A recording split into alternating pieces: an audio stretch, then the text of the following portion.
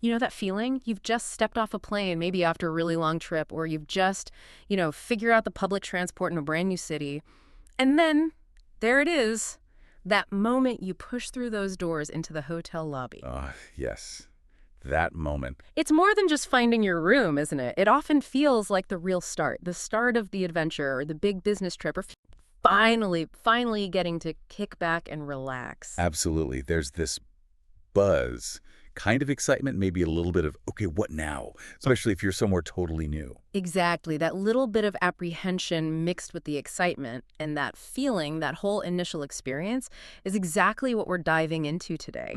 We want to equip you, our listener, with more than just a list of words. We're talking about understanding the whole dynamic, the sort of rhythm of how things work in a hotel. It's about the flow, the expectations. Hospitality has its own language, in a way. It really does. And understanding that helps you feel confident, Whether you're just checking in or you need to ask for something, or even just ordering a snack late at night. And we've pulled our insights for this from some really practical resources. They're actually focused specifically on navigating a hotel, English for travelers. Okay, so practical stuff. Very practical. They're not academic theories. They're more like distilled wisdom from tons of real-world guest interactions, actual hotel operations. It's the stuff that works on the ground. That's perfect. So our mission today is pretty clear. Find those key nuggets of knowledge in these sources. Right. We want to give you that shortcut to feeling really informed, really savvy when you walk into any hotel. We might even uncover some surprising facts about how things actually run behind the scenes. Yeah, the why behind the what. Exactly. So ready to unpack all of this? Let's do it. Okay, so let's start with the foundations, the core vocabulary, the lexicon, if you will, of staying in a hotel. Now, we know our listeners are smart. We're not going to define bed or door. Right, no need for that. But we are going to use these basic terms as sort of jumping off points to explore what they really mean in the context of how a hotel operates. Kind of peel back the layers. Because hotels are specialized environments, aren't they? They have their own jargon, their own shorthand. They absolutely do. And knowing that language, not just the definition, but the implication, that's what unlocks smooth communication. Avoids those little misunderstandings. Exactly. It helps things run efficiently for everyone. For you, the guest, and for the hotel staff. It's about clear signals. Okay, first stop, probably the most obvious one, reception. We all know it's the front desk, but what's its deeper significance? Well, yes, it's the desk where you check in and check out. That's the basic function. Yeah. But its role is so much bigger than that. How so? Think about it. It's usually the main, sometimes the only, place you go for. Well, almost anything. Questions, problems, help with local stuff, booking tours maybe. Right, it's the central hub. It really is. It's the face of the hotel, definitely. But it's also kind of the operational nerve center. That first impression you get when you walk in, often set right there at reception. There, it makes sense. The whole vibe of the place can be judged by how that reception area feels, right? Calm and efficient, or kind of chaotic? Absolutely. If the staff seems stressed or the process is slow, that initial feeling can color your whole stay. It's hard to recover from a bad first impression. So the people working there are pretty crucial. Hugely. They're often the first hotel employee you meet and the last one you see. Their ability to handle everything smoothly, especially when it's busy, directly impacts how happy you are as a guest. It's a tough balancing act. Okay, moving on. A term that's fundamental to the whole process. Reservation. We all know it means booking ahead, but why is it so important from the hotel's point of view? A reservation, yeah, it's booking a room in advance. But it's more than just holding a spot. It is the absolute bedrock of a smooth check-in. How so? What's the difference operationally between someone with a reservation and a walk-in? Huge difference. A walk-in is an unknown quantity. You hope there's a room. With a reservation, the hotel knows you're coming. They have your details, name, dates, the kind of room you wanted. So it's about planning and predictability for them. Precisely. Reservations let hotels forecast how full they'll be, manage their room inventory effectively, and even schedule staff appropriately. It reduces friction at check-in because they're prepared for you. Your details are often already in the system. Makes the whole check-in process faster, I imagine. Much faster. And it helps ensure you actually get the room type you wanted. Plus, it feeds into their pricing strategies, adjusting rates based on how bigged up they are. It's a critical part of their business model. Okay, let's talk room types. First, the single room. Seems simple enough, a room for one, but is there more to it? A specific market? Well, Yes, it's designed and equipped for one person, usually a single bed, maybe a twin sometimes. But the key is understanding who it's for. And who is that, typically? Generally, solo travelers or business guests traveling alone, maybe people attending a conference. They often prioritize practicality and maybe cost over having lots of space. So functionality is key. Do they usually have different amenities than, say, a double room? Sometimes, yeah. The amenities might be a bit more compact, maybe a smaller desk, perhaps less seating, a smaller bathroom. It's all about optimizing the space efficiently for one person's needs. Hotels know this market segment values a functional, comfortable, often more budget-friendly option. Right. It lets the hotel maximize the use of all its rooms. Exactly. Next up, the double room. Again, seems obvious for two people. But what are the key operational assumptions here? The core assumption is occupancy by two people. So the bed configuration will reflect that. Usually one larger bed, a double, queen, sometimes king, or quite commonly two separate twin beds. And that two-person assumption dictates other things too, right? Absolutely. It affects everything from the number of towels provided, maybe the toiletries, the coffee cups, even things like wardrobe space sometimes. It's set up assuming two people will be using the facilities in the room. A clear contrast to the single room setup. Very much so. It's about resource allocation based on expected occupancy. Okay, now for the upgrade. The suite. This sounds like a different category altogether. It really is. A suite represents a premium offering. It's larger, yes, and usually more expensive. But the defining feature is typically having separate living and sleeping areas. Ah, so it's not just a bigger bedroom, it's distinct zones. Correct. You're getting more than just square footage. You're getting distinct spaces. This appeals to guests who want more privacy. Maybe those staying longer who need a separate area to work or relax, or just those looking for more luxury. Like a small apartment within the hotel. Kinda, yeah. That's often the feel they go for. Suites often come with enhanced features too, maybe a kitchenette, a wet bar, sometimes multiple bathrooms, a dining area. It's about providing that higher level of comfort and functionality. And for the hotel, it's a key part of their high-end offering, I assume. Definitely. It caters to a different market segment, willing to pay more for that extra space and those added features. It's important for their revenue mix. All right, let's switch gears to the actions, the processes. Starting with the big one, check-in. This is the gateway, isn't it? The official start. It absolutely is. Check-in is that formal process, arriving, registering, and officially taking possession of your room. It kicks off your stay from an operational standpoint. What actually happens during check-in, typically? Confirming details. Right. You confirm your reservation details. You almost always need to show ID, a passport, driver's license, for security, and sometimes legal reasons depending on where you are. And then you get the key. Then you get the key card usually. And often this is also when the hotel takes payment details or puts a hold on your card for incidental expenses. So it's quite a procedural moment, not just a casual handover. Not at all. From the hotel's side, it's vital. Verifying identity, securing payment, confirming the stay details. It's how they track who's in the building, manage security, and handle billing. For the guest, a smooth, friendly check-in sets a positive tone immediately. Makes sense. And the flip side of that coin, checkout. Checkout, the official end of your stay. This is when you formally leave and, crucially, settle your bill. What does that usually involve? Typically, returning the key card, reviewing your bill for any extra charges, room service, minibar, maybe phone calls, and then making the final payment. Seems straightforward, but I guess it needs to be efficient. Oh, very much so. For the guest, you want it quick and accurate, right? No surprise charges later. For the hotel, it's critical for managing their rooms. They need to know exactly when a room is free so housekeeping can get in. Ah, so it impacts the next guest's check-in. Directly. Efficient checkout means rooms get cleaned and ready faster. It also finalizes the billing. A smooth checkout avoids queues and keeps the whole operation flowing, especially at busy times. Many hotels now offer express checkout options too to speed things up. Like leaving the key in a box. Yeah, or checking out via the TV or a hotel app.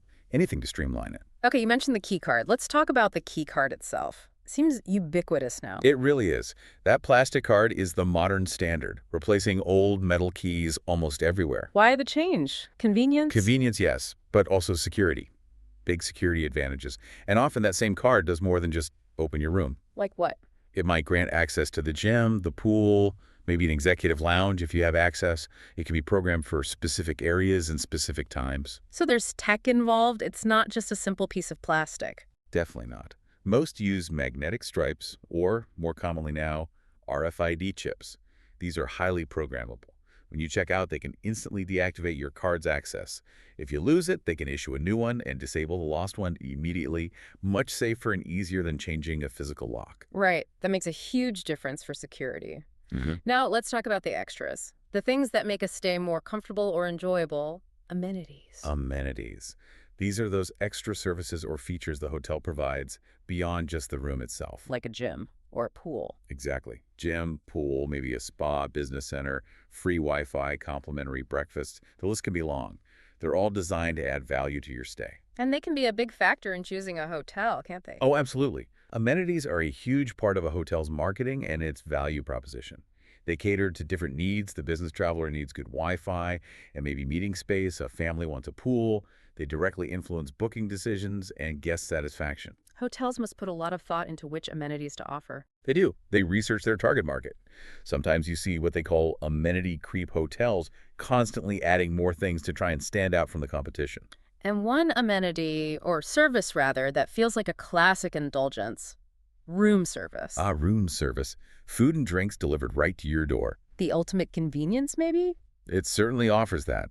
Dining in private, maybe at odd hours, without leaving your room. It's often seen as part of a luxury experience. You must be quite an operation behind the scenes, though. It is. It requires careful coordination between the kitchen, the servers, taking the order accurately, delivering it promptly, presenting it nicely. It often means having staff available 24/7. Which is probably why it often costs a bit more. Exactly. You're paying for that convenience, that personalized delivery, that flexibility. It's a premium service, and it caters to guests who really value that privacy or convenience. Okay, we've got the core terms down and the why behind them. Now let's see how they play out in that really crucial first interaction. The check-in. This is where it all comes together, right? Theory meets practice. It absolutely is. That check-in conversation sets the stage. It's the hotel's first real chance to make a good impression, beyond just how the lobby looks. Getting it right is key. Let's break down a typical opening. You walk up to the desk. The receptionist might say something like, "Good evening, welcome to the Grand Hotel. Do you have a reservation?" Mm-hmm. Polite, direct. And you, being prepared, reply, "Yes, I booked a double room for 2 nights." See how efficient that is. The receptionist states the hotel name, asks the key question. Your answer confirms you have a booking, specifies the room type and the length of stay, all in a few seconds. No wasted words. Exactly. It immediately lets the receptionist pull up your details. It's professional, polite, and gets things moving quickly. Sets a good tone. Okay, what usually happens next? Our sources suggest something like the receptionist asking for your name. All right, maybe, can I have your name, please? And you'd provide the name the reservation is under. Yes, it's under Emily Adams. Yeah. Providing the name is crucial, isn't it? Absolutely critical. Has to match the booking precisely. Hotels deal with hundreds, maybe thousands of names, spelling counts. Using the right name saves so much time. Then comes the ID check. "May I see your ID, please?" We touched on why, but let's reinforce it. Why is this basically always required? It's standard procedure everywhere, really. Yeah. For security, first and foremost. The hotel needs to verify who is staying. It's also often a legal requirement, especially for international guests. Hotels might need to record passport details. It protects everyone, the hotel and the guests. Okay, so ID provided. Then what? Then you usually get the key information. The receptionist might say, "Okay, Ms. Adams, your room number is 405. Here's your key card." The moment of truth. You get access. Exactly. But notice, a good receptionist often provides more proactive information right then, like breakfast is served from 7 a.m. to 10 a.m. on the first floor. Anticipating the guest's needs. Precisely. They're giving you key operational details before you even have to ask. Saves you calling down later, helps you plan your morning. It's good service. It shows they're thinking ahead. And a savvy guest might jump in with their own questions too, right? Like, "Great, thanks. Is there a gym in the hotel?" Yes, that's a perfect example. The guest is already thinking about how they'll use the hotel's facilities, and the receptionist can respond immediately. Yes, it's open 24 hours a day on the second floor. So it's a real back and forth. The hotel gives info, the guest asks for info relevant to them. Exactly. It's an information exchange. The hotel needs confirmation and ID from you. You need access and key details from them. Getting that balance right, keeping it smooth and friendly, that's the art of a good check-in.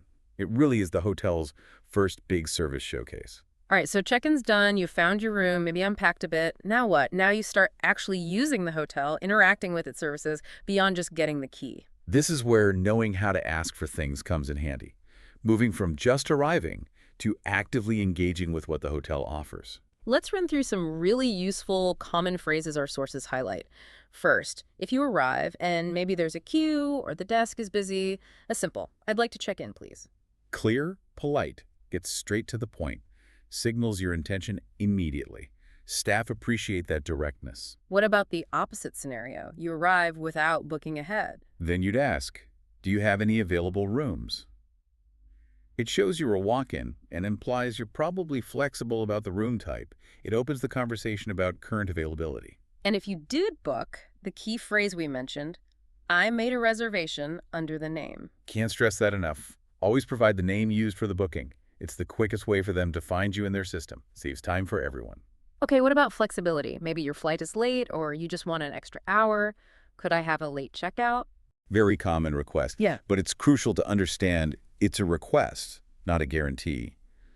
It depends entirely on how busy the hotel is and their policy. They might say yes, sometimes for free, sometimes for a fee, or they might have to say no if they need the room. Always worth asking politely, though. Good point. And the perennial breakfast question, is breakfast included? Essential info. Affects your plans and your budget. Knowing if it's free, part of your rate, or an extra charge, helps you decide where to eat. And for getting around town, can you call me a taxi, please? Classic hotel service. Leveraging the front desk's local knowledge and resources to arrange transport. Super convenient, especially in an unfamiliar place. So these phrases, they're like tools, aren't they? Tools for specific jobs within the hotel environment? That's a great way to put it. They signal clear needs or intentions, and the staff are trained to recognize and respond to these instantly. Mastering them just makes everything smoother. You communicate effectively, they deliver efficiently. Let's dive into some more specific questions you might ask once you're settled, like planning your morning. Excuse me, what time does breakfast start? Simple, but necessary for logistics. Hotels run on schedules. Knowing the service hours for breakfast, the pool, the restaurant, it's basic planning for your day. The typical answer is straightforward. Breakfast starts at 7 a.m. And the modern essential. And is there Wi-Fi in the rooms? Probably one of the most frequently asked questions today. Wi-Fi isn't a perk anymore, it's expected. The answer is usually yes, followed by how to access it. Yes, of course. The password is on the card in your room, or maybe on the desk, or you get a slip at check-in. Reliable Wi-Fi is non-negotiable for many travelers now. Absolutely. Hotels know this. Bad Wi-Fi is a common complaint in reviews. It's a critical piece of infrastructure for them. What about longer stays? Laundry becomes important. Do you also have laundry service? A key convenience, definitely. The response usually confirms the service and explains the process. Yes, we do. You can leave your clothes in the laundry bag before 10 a.m. Knowing the cutoff time is crucial for using the service effectively. It shows the hotel supports more than just a short overnight stay. Right. It caters to practical, everyday needs for guests who are there longer. Our sources also listed a few other common requests, like needing help with bags. Could you help me with my luggage? Simple request for physical assistance. Using the bell staff service for convenience. Asking about leisure. Is there a swimming pool in the hotel? Checking on recreational facilities. Important for families or guests who like to swim. Payment practicalities. Can I pay by credit card? Essential clarification, especially for international travelers. Need to know if their preferred payment method is accepted. Departure logistics. What time is checkout? Always good to confirm the exact time to avoid any last-minute rush or potential late fees. And small comforts. Can I have an extra pillow, please? This highlights that personalized service aspect. Hotels are usually happy to provide simple comfort items, like extra pillows or blankets. It shows they care about individual guest comfort. Looking at all these questions together, it really paints a picture of the hotel as this whole ecosystem of services. It really does. From basic needs like shelter and food, to business support, leisure, practical help like laundry and luggage. Knowing how to ask for these things lets you tap into that entire ecosystem. It empowers you to make the most of your stay. Exactly. These common questions reflect what guests typically need and prioritize. Being able to ask them confidently means you can get the support you need and really enhance your overall experience. Okay, we've covered asking for information and standard services, but what about more active interactions? Let's look at two key scenarios: ordering room service and, importantly, handling problems when they arise. Yes, these are crucial. One is about accessing convenience, the other is about service recovery. Both require clear communication. Let's start with the convenience. Room service. You're in your room, feeling peckish. You pick up the phone. Hello, I'd like to order some food, please. Nice, polite opening. The staff will likely respond, certainly, what would you like? Prompting you for your order. And you need to be clear. Could I have a chicken sandwich and a bottle of water? Specificity is key here. Then the staff will usually confirm and check if you need anything else. Of course, anything else. It's a quality check, making sure the order is complete. No, that's all. Then the important logistical question, how long will it take? Very practical question. Helps you manage expectations. The answer might be something like, about 20 minutes. Allows you to plan. And you finish with, perfect, thank you.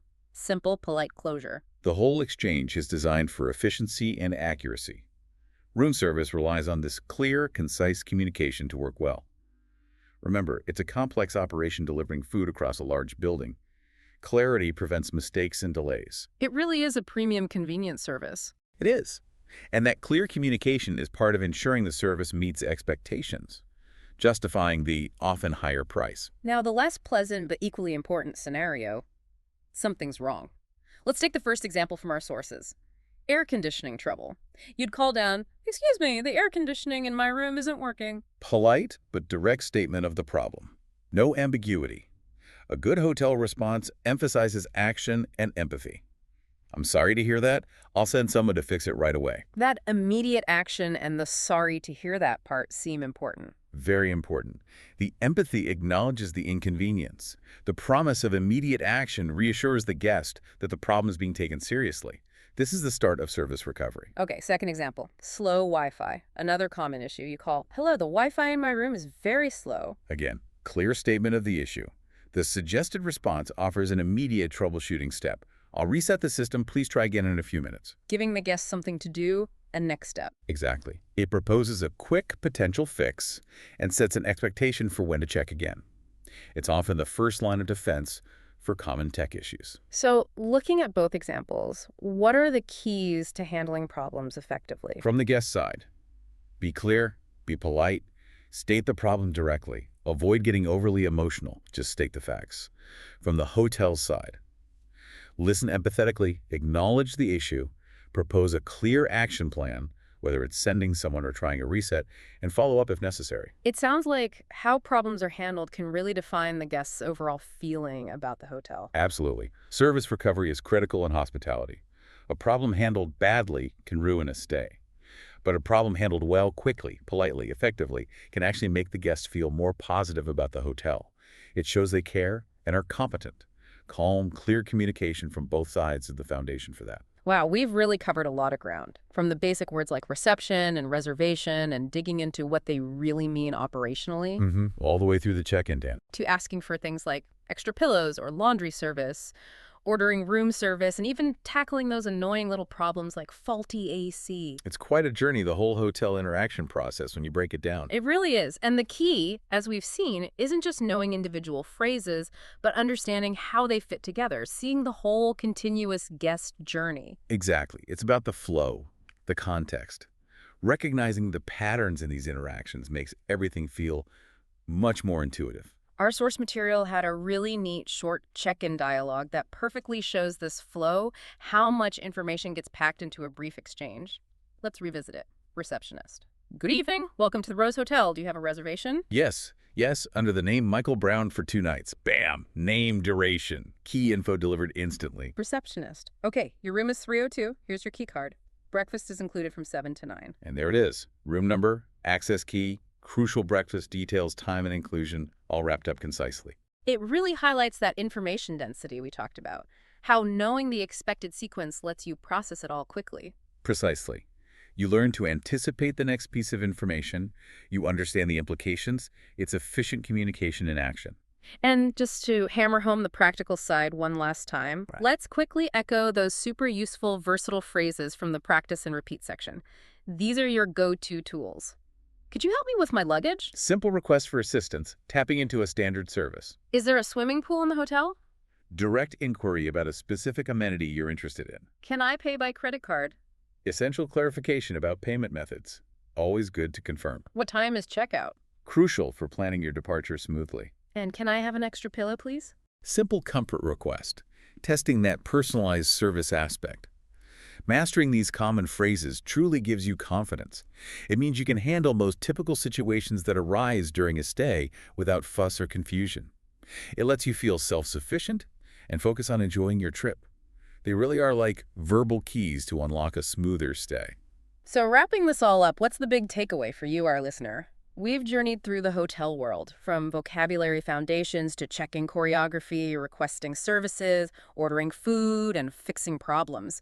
We aim to pull out those practical insights, the whys behind the whats. And hopefully you see now it's less about memorizing scripts and more about understanding the dynamics, the flow of information, the unspoken rules, the expectations on both sides, guest and hotel staff. Right, because that understanding is what turns potentially stressful moments into manageable, maybe even positive interactions. It lets you navigate with confidence. It frees you up to actually enjoy the reason you're traveling, instead of worrying about the logistics of your accommodation. Which brings us to our final thought, something for you to chew on. We've talked a lot about the seemingly universal structure of hotel interactions today, but think about this. How might cultural differences in various countries subtly change these exchanges? Ooh, interesting question. Things like levels of formality, directness versus indirectness in requests, expectations around service. Exactly. How might those cultural nuances alter the flow we've discussed? And maybe more importantly, what's the key to anticipating those differences, or at least navigating them effectively when you travel internationally? That's a great point for further thought. Being aware that while the structure might be similar, the subtle execution can vary quite a bit. Something to keep in mind for your next global adventure.